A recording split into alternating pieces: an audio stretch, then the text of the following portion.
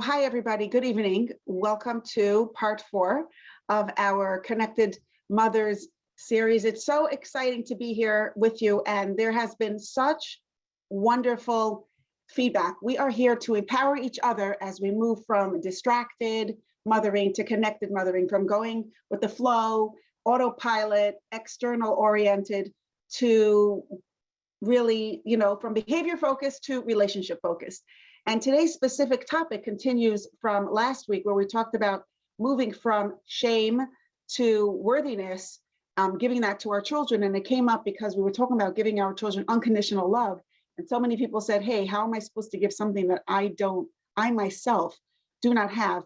And that's why we went off from that agenda of going in order of the 12 principles. And because the first week we were talking about aligning our beliefs with Hashem's reality. And that was in the context of really unconditional love. And that was a problem right there, a challenge right there. So we diverted, and we're talking specifically about how to give our children something that we ourselves do not have. We spoke about that a lot last week, and today we're going to continue with that. But first, let's start with a parenting victory. This is my best part. We're going to start with this. We'll also close with this because this is really, anything that you're going to get from this group is not going to be from me. The most important things you're going to get from this group is not going to be anything that I say. It's really going to be what you say and what other members of the group say. So there was quite a bit of feedback this week. I'm going to start with one of them. And I just want to say a huge thanks to everyone who sent in that parenting moment of choice, moment of consciousness, moment of really just slowing down, noticing what's, moving from distracted to connected. It really means a lot to everyone who's hearing this. And it makes everything we're talking about so much more real and practical. So please, as you go through your week, take a moment and share that moment of choice with me, Shterna at energizedliving.org, or you can message to 718-576-0338. That number is not personal.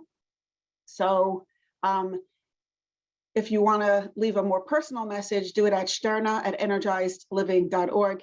And I thank you in advance. Okay, so let's start with this one. I think it really exemplifies what, our overall goal of connected mothering. Here it is. Okay, so she writes, I feel like I gained so much over the past few weeks. I'm not sure if it's from the parenting or book group, or really it's all intertwined. I learned to just be, to live this moment. I'm exactly where I'm supposed to be and doing what I'm supposed to be doing. Like if I'm watching my baby in the bath, I'm not wasting time because I have more important things to take care of. I'm watching my baby. I'm able to laugh and look her in the eye. I started making a point of looking in my children's eyes whenever I'm talking to them, or when they are talking to me, and not doing anything else at the moment. I just want to comment here and interject. That is the biggest gift we can give. The greatest present we can give is our presence. It's actually being emotionally available and tuned in. So continuing to her words, I've learned that words aren't always needed when interacting. It's enough to sometimes just laugh or just listen as the child is appeased with the attention.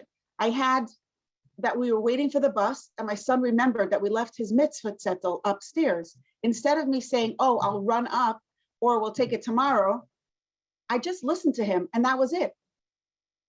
He didn't even start a tantrum, which is huge for this child. So again, that's amazing. Sometimes just being understood, just being heard and understood is enough to help a child calm down. And we think, oh my, wait, we move right into solution mode and we feel bad and we're supposed to do something about that. And our nervous energy then just could feed right into the child's nervous energy. But here, the child is like, oh, I left my mitzvah zettel upstairs. And she's like, oh, okay. She didn't try to fix it. And he was fine with it. Absorbing her calm. That's pretty cool.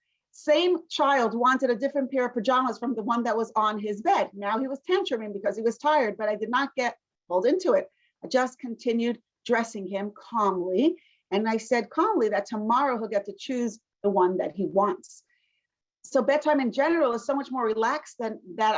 I'm not focused on just getting them into bed. I let them talk and focus, and I'm making bedtime a pleasant way for them to end the day, instead of saying, get into bed, get into bed, get into bed, get into bed, even if it's really frustrating on my part and I need the quiet already, I find that if I'm focused, it takes away from the urgency of needing to get them into bed. My whole need during that time shifted. It's so beautiful, from shifted to like, get them into bed, like get this done, check it off my checklist, to connecting, being with them, giving them a presence that's calm and supportive and nurturing. That is, it's just so beautiful. I love that story. Personally, when my children, one way that I used to do this when my kids were younger, when supper and bedtime was a whole project, I used to tell myself, for 2 hours, or sometimes it was for 1 hour, you're going to be 100% focused on taking care of everyone, and it's going to be over. It's going to be over in 1 hour. Sometimes or it's going to be over in 2 hours, and then you're going to have that quiet. Sometimes when we give ourselves that beginning, middle, and end, it helps us.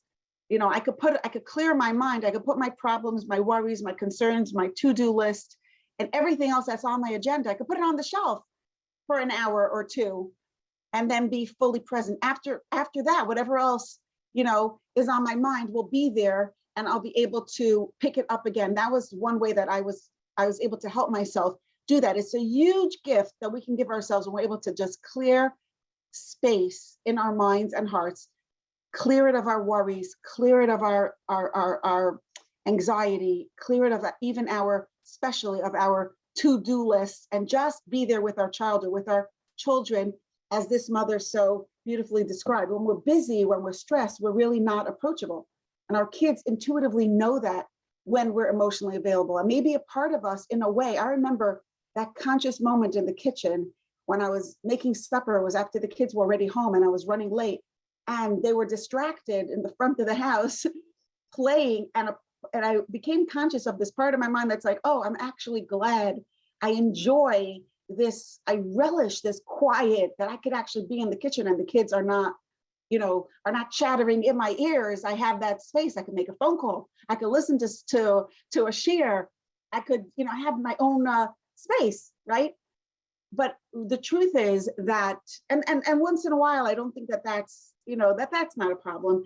But if we want our children to share our stuff with us when they're 13 and 14 and 15 and beyond, we really need them to share their stuff with us when they're 3 and 4 and 5. And we never want to stop listening. So if our kids stop sharing, we want to create opportunities for them to be able to share when we're emotionally available. So we want to get rid of the video games and the videos, that whatever is distracting them and pulling them away from you. Like, there's a part of us that will be, I know, because in my own house, this is the same way. And there's a part of me that wants them to be distracted and get busy and just super involved, so involved that you don't even know I'm home, whether it's with friends or with a new game or whatever it is.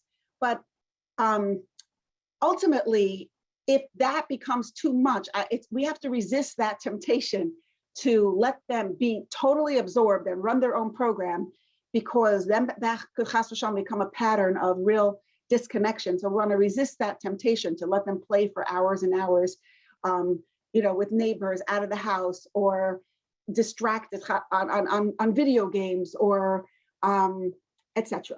Okay, once in a while is a different story, but in general, the years pass by quickly, and we really want to create opportunities for connection. So here's another example of clearing our minds and just being fully emotionally available. Someone, Khani, shared, I listened to both of your classes yesterday and really enjoyed them. I realized they both have a common theme of connection, connecting with my neshama, connecting with Hashem, and connecting with my children. I remember hearing your Tanya class for the first time, and these ideas of connecting with my neshama every day, and that my self-worth comes because I have a neshama, was so foreign to me. I lived my life as a frum yid and never heard these concepts. I've realized how much I have internalized them, and I reached a point where I do think about my neshama every single day. That is amazing, because last week we talked about personal value and how our neshama is the one and only thing about us that actually gives us unconditional value. It's the only thing about us that gives us unconditional value.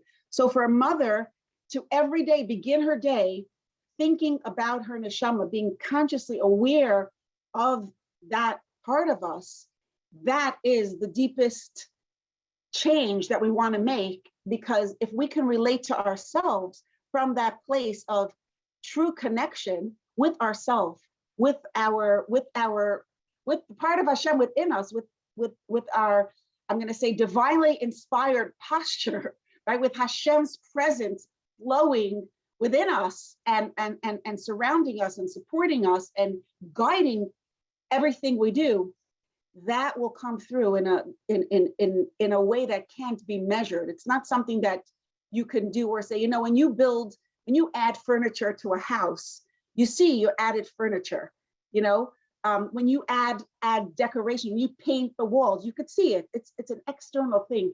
When you solidify the foundation of a house, we don't see anything.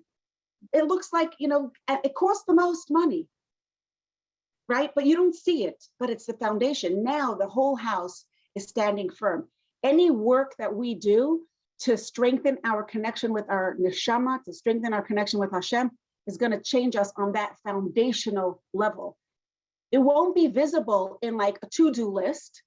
Although actually it could come down to a to-do list if you want to be specific, and like, Maida'ani is a time of real connection, davening, every time you say a bracha, every time you walk into the room and touch the mezuzah, so many, giving tzedakah once a day. These are all little sparks of connection if we use them in that way, if we are open our hearts and our minds to receive Hashem's light and to consciously embrace his presence, welcome the values that we want to live by, welcome Hashem's truth into our lives. Because we live in a world, and I feel like I'm going on and on about this, but we live in a world where children, I work in a preschool, a little 3-year-old is already conscious of if she looks good or if she doesn't look good. At 3 years old, at 4 years old, at 5 years old, we live in a world that's so strongly programmed to measure us by our external stuff. We really need to work that hard. Really need to work really hard to program ourselves and to imbue within our children a language and a system of values that they can really, that can really give them a solid base for the rest of their lives. I did not mean to go on about this person's letter, but that was a beautiful letter. I'm going to continue with this from Hani. I also realize that I'm partially living my life. I love this. I'm partially living my life from a place of to-do lists. I wake up with a huge list of things to do. I have to make supper. I have to do laundry. I have to buy X, Y, and Z.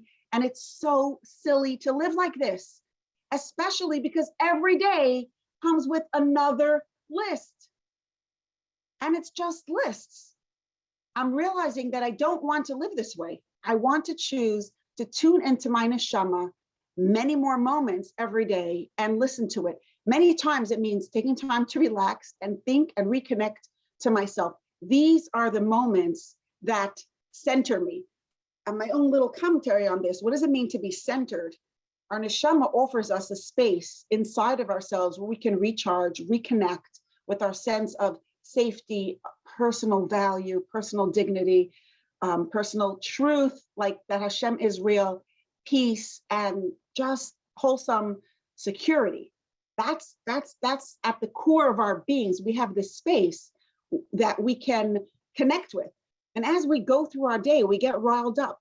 We get, things happen. Our emotions are all over the place. Our minds are all over the place. Especially if someone is sensitive, we get impacted. We hear a piece of news or someone says a nasty comment and we kind of like get a little frazzled. Our nerves get slightly unraveled. And so a few times during the day, it's a good idea just to center ourselves, to do that power tool that we spoke about the first week, and also we spoke about it a little bit the second week. The visual that's coming up for me as I describe this is the visual of a baby or a toddler. That baby crawls around. I have this because my daughter comes for Shabbos with her, or my daughter-in-laws, our daughter in-law are sitting on the couch and they have a little baby that's crawling around on the floor, a toddler that's running all around. And every once in a while, the child needs that hug, and they come to their mother just to snuggle in her arms, just to be there. And they get that hug, or they nurse for a few minutes, or they just get that cuddle and that warm embrace, and then they run and they're off. And every once in a while, they need that hug again. So centering ourselves is that idea, but it's how we do it for ourselves, giving ourselves a little hug. And it's in our minds, but it's also deep breathing. It's also personally, I once learned long ago, years ago, I went to this workshop where I learned, I don't know if you could see my hand, but I do this and like twist, whatever. It's a little exercise that I do. Put my hand over my shoulder, like just physically, not thinking I'm hugging myself, but it just physically centers me in that space within myself that's peaceful and wholesome, that knows the truth and can come back to recharge and reconnect with the values and the reality that I want to live with. Thank you, Hani, for that beautiful note. Oh, 1 minute, back to her. I wasn't finished. Also, in regard to parenting, she writes, about 6 years ago, I realized that I wanted to change a lot of my automatic responses in the way I was relating to my children. I read many books and released loads of my childhood stuff and learned to connect, validate, and understand my children. Baruch Hashem, connecting to my children has become natural and easy for me. However, I started this journey because I did not want my children to struggle the way I did. At the same time, it came with a fear of, what if I do something that will hurt them in the future? So last week we talked about this a little bit, and she says, I really connected to what you said. We are babysitting Hashem's children. We are like a worker in a company, and we're not responsible for the outcome. We're only responsible to do our best. For me, that helps me let go. I'm giving my children all that I can, and I don't need to worry about what will be. That is Hashem's department. Okay, thank you so much, Khani. And here is some more from Toby. My daughter was bored on Sunday afternoon, and she was moping on the couch. I was getting pulled into it because she has a tremendous amount of energy around her. There's some people that have a strong sense of presence, a strong character. That sounds like what she's describing. I feel very invested. But then I reminded myself that I'm not a boring mother just because she's bored. The fact that she's bored doesn't make me a boring mother. I used to have that belief that I am boring and I want to be more than I am, but I'm learning to let go of it. I was also anxious that she's just laying in the couch and not doing anything, but I reminded myself again that she's a growing child, and this is part of her process of growing up. I let it pass and tried to help her help herself. Later, it blew over and she was so happy. We were laughing because I did not add any negativity to the situation. So it blew over. She writes in parentheses, I hope that it's clear. I think it's clear. If it's not, speak up, but I think it's pretty clear. You know, sometimes just listening and hearing out a child and just being with them is all that they need. Another situation she shares, my son came home really explosive from Cheder one day. He's a difficult child to handle at times. I asked myself, what is it I need right now? Last week, we talked about checking in with ourselves when we're overwhelmed. What do I need? What's one thing I can give myself to make this situation more manageable? So she's sharing that she used this tool one day, that she says, I asked myself, what do I need right now to help me make this afternoon more pleasant? So the first thing, she texted her husband, what time is he coming home? And that, just texting that, reminded her that she's not alone in this. And then she said she consciously, I asked Hashem to help me here, give me some strength. And I tried to focus on my child's needs. He needs space and calm words, even if he is acting like an erupted volcano. I learned with this child that it's not about changing him or his behaviors. I learned that it's about me managing my behavior towards him, focusing on giving him his care, his space, instead of focusing on the behavior. Because if I focus on the behavior, I am reprimanding him all day. Another thing that gives me strength is the thought that I can do my day and whatever comes my way because Hashem trusts me. He made the plan and he knows best. The helplessness gets diminished. I do not have to carry the load because it's not mine to carry or control. Another strong belief I let go of is this: I value a clean and orderly house. But with the Kinderlach Kenai Nahara, I learned a while ago that it's not a priority, but it still bothered me till I realized that I measure my worthiness and I myself define my value as good as my clean or organized room.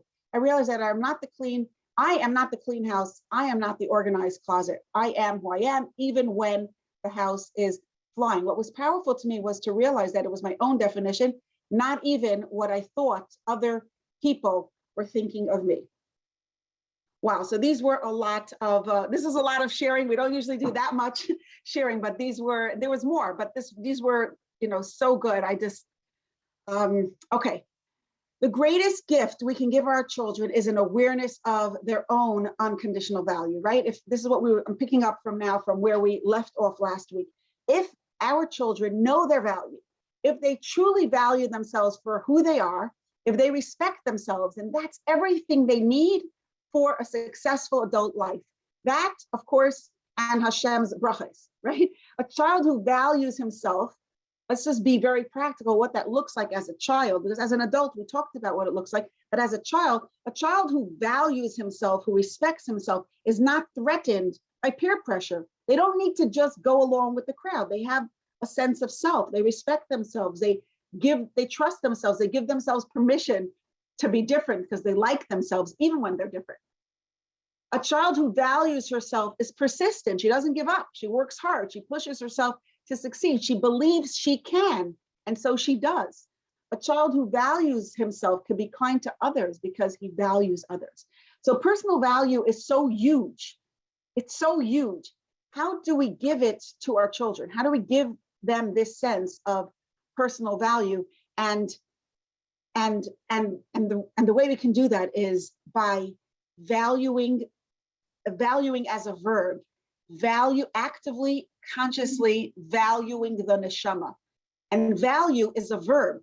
It's, obviously something has value, then we're talking about, that's something that's a descriptive word. It's just a description. But actively value means to respect, to appreciate, to consider how important something is, to hold it dear, to make it precious, to celebrate it, to admire it, to notice it, right? That is what we want to do. We want to actively admire and hold dear and respect and honor our neshama and our child's neshama. That's it.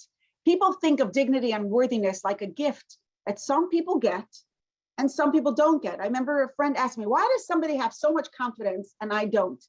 It's a gift, right? And maybe some people do have a natural air of leadership about them or natural confidence, but it's not just a gift.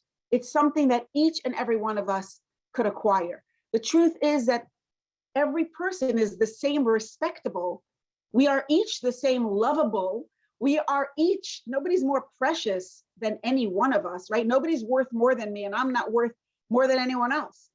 Nobody is more respectable than me, and I am not more respectable than anyone else. That's a truth. I'm not better than you. You're not better than me. We're all in this. We're all created in Hashem. We all have the same neshama. We're one, right? None of us are better. So personal value, being an amazing person who's respectable and lovable, it's not a privilege. It's not something that some people have and some people don't. It's a gift that each and every one of us shares. The only difference between us is how much we are aware of it. It's like a billionaire who has billions of dollars in the bank, but doesn't know about it. Is he rich or is he poor?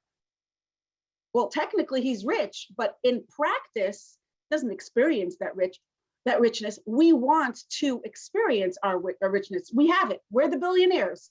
We've got an unbelievable, beautiful inner wealth, and worthiness and value, but we have to make ourselves aware of it. Now, some people had a difficult childhood, and some people feel completely disconnected from their personal value. They were treated like garbage. They were neglected, they were ignored, or they were yelled at, they were shamed, they were blamed. And they felt like garbage. And some people could park there and be that way and not even realize, or they're not willing, or they're not even able to change the way they see themselves. But here in this group, the reason why we're here is because we want to reach for change. And I think that everybody comes to adulthood with some room for growth in this area. It's a struggle because we live in a world that's programmed for shame. It's programmed to measure people by external stuff.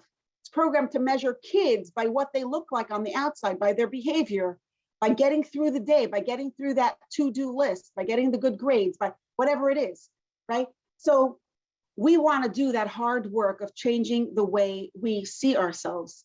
And that's really the answer, because how can we give ourselves some, we talk about moving from shame to worthiness and giving our children unconditional love. How can I give my child unconditional love if I don't have it? The answer, in short, is that we do have it. We do have it. It's not something we have to create. It's just something we have to discover. There's nobody in this room who does not have the possibility for unconditional love, because each of us is unconditionally loved. We are unconditionally loved. And Hashem is bigger than any one voice or the combination of all the voices in our lives. Hashem is bigger than that. And when we make Hashem bigger, that can be so healing. And that can really give us what we need, that unconditional love, that truth. And again, it's not something we have to create. It's something we have to discover. It already exists within us. We know it intuitively. Our neshama knows it. It's part of who we are. It's written into our DNA. It's not something that could ever be erased. It's just something we have to uncover. Okay? It's not like, when you want to create something new, you want to build a tower, you have to have a whole plan. You have to bring in something from the outside. But personal value is not something we have to create. We already have it. It's like a person who has that $1 million in a bag, but the bag is all covered up, or he doesn't know about it. He just has to find out where the bank is, right? What's my number? How do I swipe the card? We could enjoy that wealth. We don't have to run around looking for wealth. We already have it. We just have to tap into it inside of us. And we want to teach our children to do that for ourselves. And what's getting in our way of that is shame. And it's holy shame especially. Holy shame is when we say, mi ani uma ani, who am I and what am I worth, right? Shame is that disconnection from, the way I translate shame is that it's disconnection from our inherent greatness. That's shame. Shame is the opposite of personal value. And again, value as a verb. To value something is to actively appreciate it, to hold it, to consider it important and precious, to be with it, to realize, right? Shame is the opposite of that. Shame is when we're disconnected from our personal values, when we think we're not that important, we don't really matter. And that's the #1 destroyer of all relationships and all success. For a child, shame is so destructive. Shame will make a kid not speak up and tell you when they're hurt, even if that hurt is very important for you to know. Shame will not make a child will not ask for help when they need help.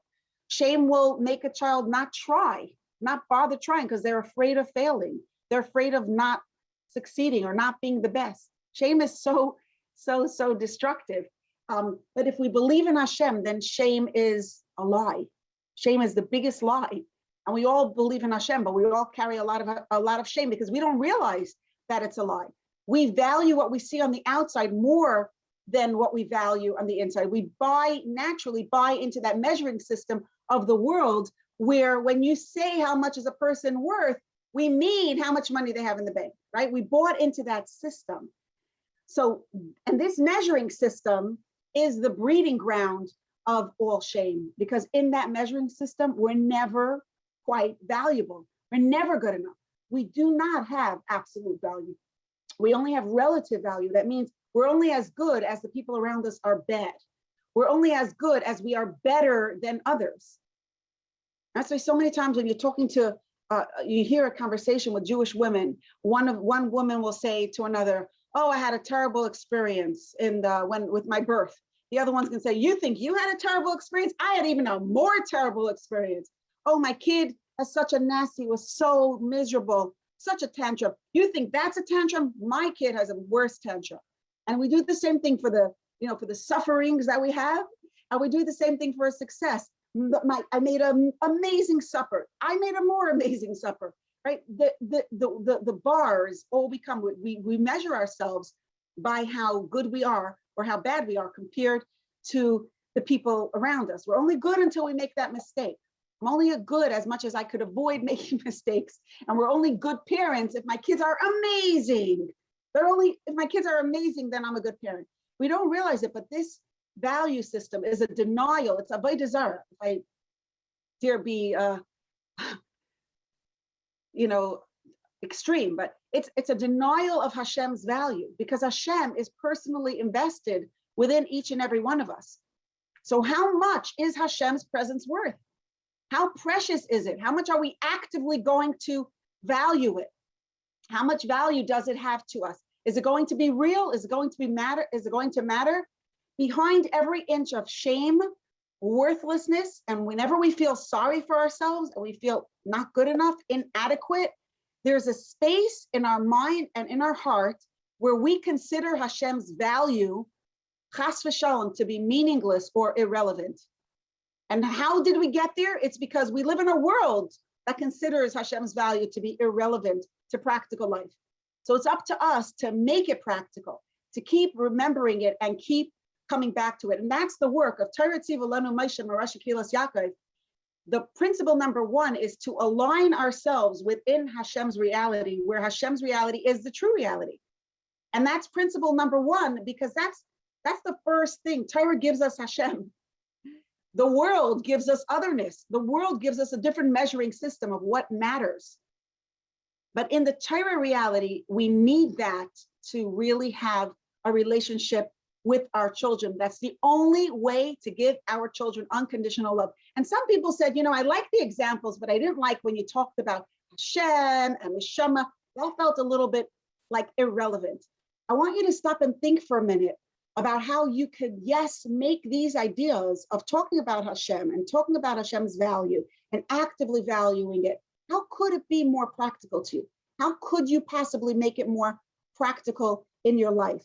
Because if you can make it more practical in your life, it will be more practical. And if it is practical, then you will experience the goodness that this brings.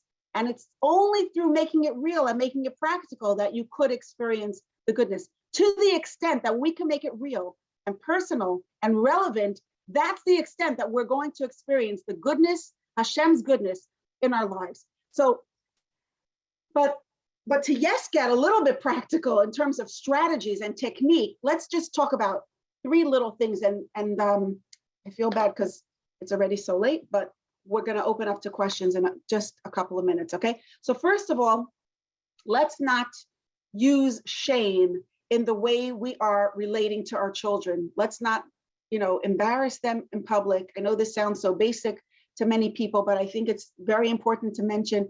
Let's not embarrass them. Let's not call them names. Let's not label them negatively. Don't talk about them in front of them in any negative way, and sometimes even in a positive way. Let's not give them, no labels. Labels are like very common to us, and they're very, very disabling. They're very disempowering. They stick. They really stick in a child's mind. Oh, you're being lazy, or you're so mean, you're being horrible, you're being so selfish, you're being disgusting. You're being disgusting. Like, what the kid absorbs that. Along with our passion, along with our intensity, that's very, very dangerous. Or why can't you move faster? Why do you have to be so wild? What's wrong with you? What's your problem? What's your problem? What's wrong with you? These things, these kinds of this kind of language is so destructive, because it's a breeding ground for shame. One mother shared a very beautiful victory moment where her child might have been shamed but wasn't, and I want to share it. This is from Miriam. Thank you, Miriam. I gave my daughter a slice of pizza, a small slice of pizza. She did not like the way it looked and insisted on the biggest slice in the pie. Knowing her, I advised her to think, you really want the big piece? Because if you decide yes, then you need to finish eating the whole piece. So of course she said yes, and she got that big piece, but halfway through she could not eat anymore. And my usual reaction would be to tell her, I told you so, and now you're gonna have to finish it. But I stopped myself and I thought, what's more important? The fact that she'll finish that pizza and learn that there's no monkey business in this house, or rather the message and feeling and relationship that she will come out with. So I very calmly told her that let's think about what happened. Let's replay the story. I gave you a smaller slice because I know that that's what you like. This is what is good for you. And you probably made a mistake thinking that you could finish it. But you know what? I am not going to make you eat this when you are full. So maybe we could put the rest away for a different time. So she fully grasped and definitely felt taken care of. What I love about the story is that she didn't take that piece of pizza and throw it in the garbage. So the kid did feel a sense of accountability and responsibility, and at the same time, no shame. And on that note, we're talking here about shame, but another point to notice is that we could force a little girl to eat her pizza. You could make that kid sit by the table and you're not getting up and you're not going anywhere until you finish what is on your plate. I think that's very possible. You could do that. We're very powerful, and we could force kids to do this behavior or to not do that behavior.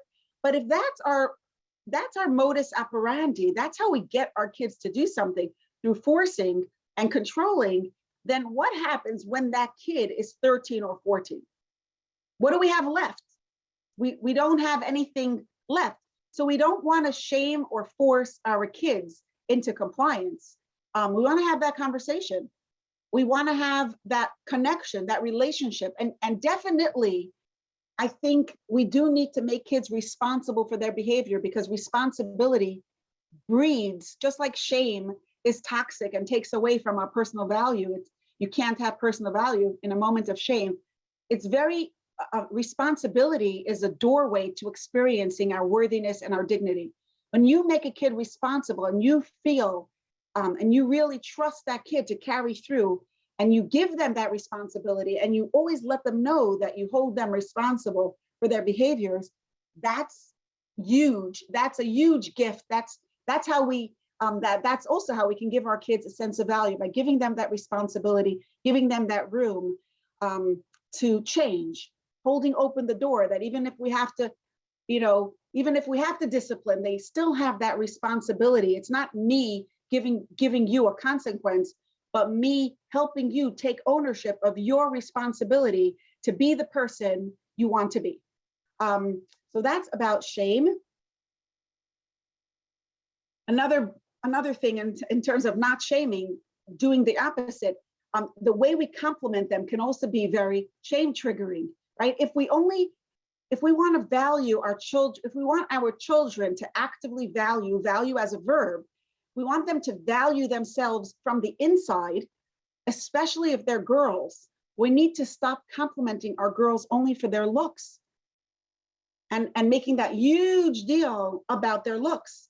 We want to start complimenting them for their inner self, and the ratio of how much attention and how much emotion and how much energy we experience and we invest in their looks and celebrate that we want to make sure that we're doing at least as much for their inner self, right? So we want to compliment all our children, not just girls and boys, for their inner self, for their hard work, for their efforts, for their patience, for their flexibility, for their coping skills. Complimenting them for their inner world draws their attention to their inner worlds. I heard my sister talking to my nephew, and she's like, "You can do hard things. You can do very hard things." And I thought that was so exquisite. You can do hard things expresses, you would think it's so like, it just points a child to their value, to their responsibility, to their capacity for all that goodness that we want to see them activating. Okay, let's open to questions, and then we will wrap up. Okay, no matter how many times I try to instill confidence within my children, they somehow are super sensitive to all the comments that their friends, that their peers tell them. How can I instill in them the tools to let things slide? What a fantastic question. How can I get my kids to let things slide? Number one, we have to role model that. When you have an experience where something upsetting happened, and you can share that with your children, obviously without oversharing, be respectful, be mindful. Don't share that it was with your mother-in-law or with your sister-in-law. Somebody in your life said this or said that. Share your process, learn a process, practice a process, and share your process. And then when our kids are in that mode of upset, when we speak to them, we want to encourage them and not jump into that fixing mode. Which friend said that? I'm going to call their mother. I'm going to fix this. Oh, they're so bad. Oh, they're so mean. Oh, just let's do the coaching thing where we just empathize with what they're feeling and then ask them what they can do to help themselves feel better. You'll be surprised and if you role modeled how you help yourself feel better, I'm sure they'll also come up with ideas. So, Khani said I'm a this, or Khani said I'm a that, and I got so upset, or you see the kid getting so upset, you walk over to them and say, wow, that hurts, right? That hurts. And that's it. Be quiet. Just be with that. Let that be. And you don't have to fix it. And you don't have to label the child who said it. And you don't have to label anything else. Just be with that. And then say, wow, I trust that you're going to get through this. I wonder how. I wonder how you're going to help yourself. How are you going to help yourself? How are you going to find strength? How are you going to find courage? Are we powerful enough to fight our children's environments and society that's feeding them the otherness? I want to say a huge yes. We are very powerful. I'll tell you why. Because women change the world. And every generation, women have changed the world. It's up to us. And when you do this with your child, and you talk about it to your friends, to your sisters, to your neighbors, we can create a revolution, a spiritual revolution. That's what we're trying to do. We need to do this to bring Mashiach. We need to talk about Hashem and make Hashem real and let Hashem's presence make a difference, a practical difference in our lives. We need to get out of this mindset where Hashem is for shul and for the books and for a haicha mention and for a higher madrega, and I'm not on the level, and me, I'm just a practical person. No, we're all Yidden. We're all Hashem's people. We all need to know Hashem in a personal way, in an intimate way, and we need to let Hashem make a difference. That is how we're going to get out of Golos. Really, with this kind of emunah and bitachon, that Hashem is real, Hashem is here, not just when we need a Yeshua. We always need a Yeshua, but every single moment. How do we honor our child's neshama? I want to ask this to the group. How do we honor our child's neshama? How do you express that in an active way? How do you value that? I think in our minds, if we talk about, we talk to them in a way that respects who they are. When you have a child, imagine your school's principal calls you up and says, can you watch my kid for the day? I have a daughter in your daughter's class. Can she come home with you for a couple of hours? Okay, the principal's daughter is in your house for 3 hours. How are you going to talk to her? Right? We respect her because she's the principal's daughter. We know she's going back to the principal. She's going to tell her how it was in your house, what she saw, what she heard, what she experienced. Right? To me, that's honoring Hashem, honoring our children. They're Hashem's children. We're babysitting them. We're taking care of them. We want to honor them.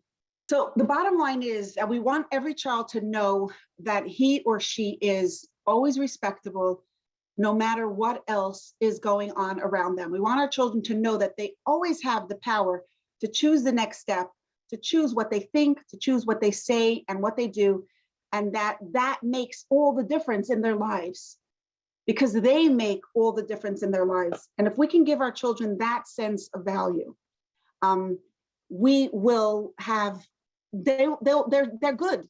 That's the biggest gift we can give them. And how do we get there?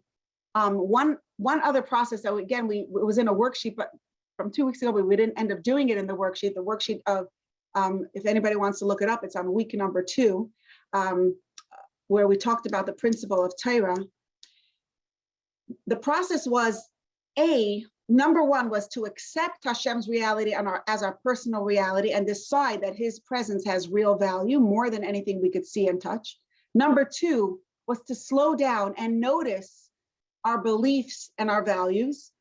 When our emotions are activated, we want to ask questions like, what do I believe about myself? What do I believe about my child? What do I value here?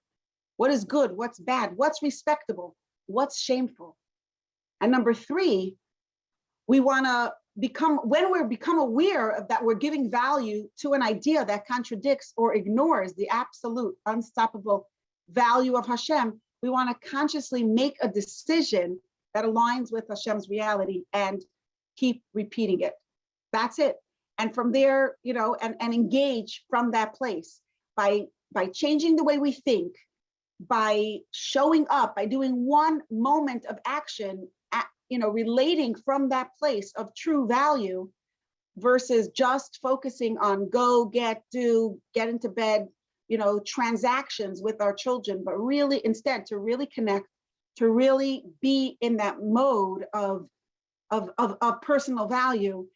There's no magic. There is no magic, but there is absolute possibility. I want to just conclude, since there's somebody else shared something beautiful. Present your child with a small challenge that you're pretty sure they could accomplish, and then be near for support.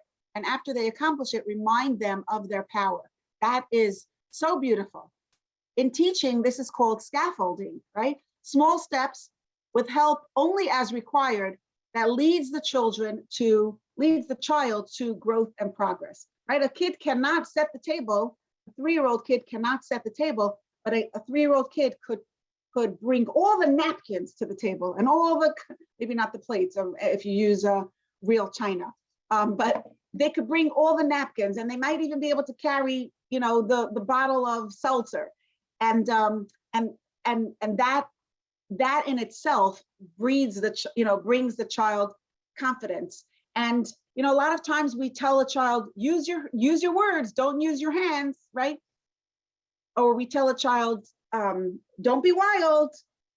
Let's think, if whatever we're telling them not to do, let's make sure we teach them how to do what we want them to do. So if they have to use their words, we need to teach them the language of emotional, of their emotions. Teach them the language of their emotions.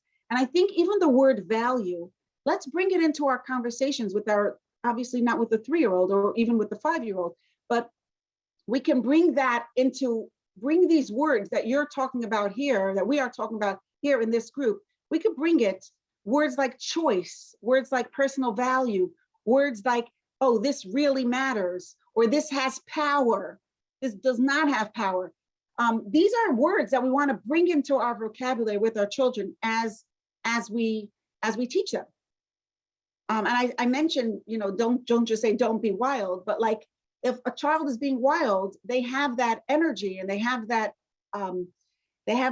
need, they have that energy, fuel. Like they have 9 engines. Most kids have 2. They have 9 engines, full speed. So we want to just channel their energy. We want to make sure they have good, meaningful activities, outlets for that beautiful energy. I want to share with this beautiful story that brings us back to the beginning of clearing space in our minds and making Hashem real, like letting Hashem be real in that sense of really being able to clear space in our minds and hearts to be present with our children. I heard this story from a good friend of mine, Suri Adler, and it happened with her grandmother. When her grandmother was a young girl, she was walking down the street in Williamsburg, and she met an older woman who was holding bags, and her grandmother, whose name was Gitala, offered to help this woman hold her pekalach. And this woman said, And she told the woman, let me help you, was ist zu schwer, because it's too heavy. So the woman tells her, Gittele, a pekel was me ken aruplegen is keinmal nicht zu schwer. A package that you could put down is never too heavy. And the young girl, Gittele, was so taken by this message, because obviously what this woman was saying was that she had such intense baggage, and these packages, okay, so she's schlepping, they're heavy, but a pekel was me ken aruplegen, a bag that we could put down is not too heavy. She went home and she told this story to her father, who was a Holocaust survivor, who came after the war with nothing and built a beautiful family and was so present with Hashem all the time. Like when he was in the hospital, and the nurses would ask him, "Where are you?" just to check in that he's present, that he's there. Right, his gut instinct reaction was they would say, "Where are you?" He would say, "In the Eibishter's hands, like in Hashem's hands." So special. So when she came home, she told her father, "You know what this lady told me? I offered her to help her hold her bags because they're too heavy, and she said a bag that you could put down is never too heavy." So her father looked at her and said, "Gittele, for a yid, says nicht du a pekel was me ken nicht aruplegen." There, for a yid, there's never a bag, there's never a package, there's never a burden that we cannot put down. And I love this story because in my mind, our emotional burdens, like in that woman's mind, you know, we have the bags, we can put them down, they're very easy, but our emotional burdens are sometimes very hard to put down, and they get in the way of our ability to even relate to our children from that place of calm, from even being able to think straight.